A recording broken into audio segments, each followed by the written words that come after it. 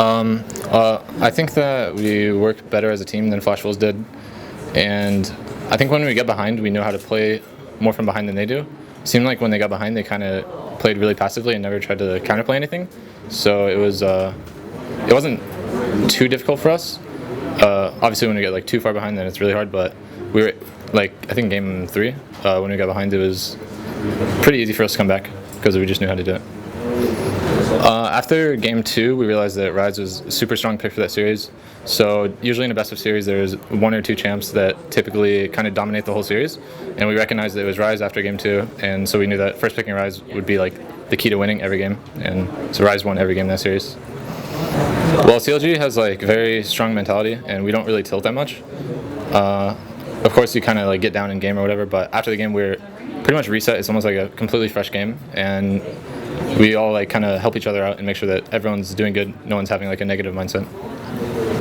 Well, we knew that NL, last time we played versus Flash Wolves in the group stage, his Ezreal was very good. So we knew that taking it away, it was probably like his best champ that we saw. So we took it away, and we knew that he had a lot less impact on champions like Sivir. We weren't expecting the Varus, but it wasn't that big of an impact.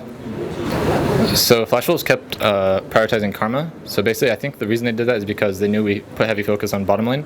So they would pick Karma so that they could just auto-shove the wave over and over, and we weren't able to really pressure them.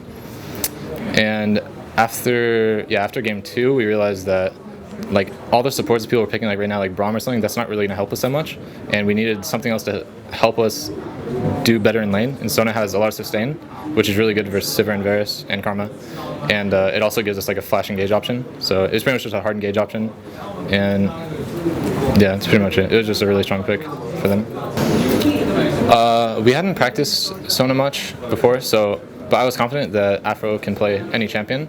And I played with Sona before in like solo queue and stuff, so I know how it works. You just kind of poke people, heal up, and stuff like that. So it wasn't like too unfamiliar. It didn't feel like a completely random pick for me. It felt pretty normal, so it wasn't too hard to adapt with.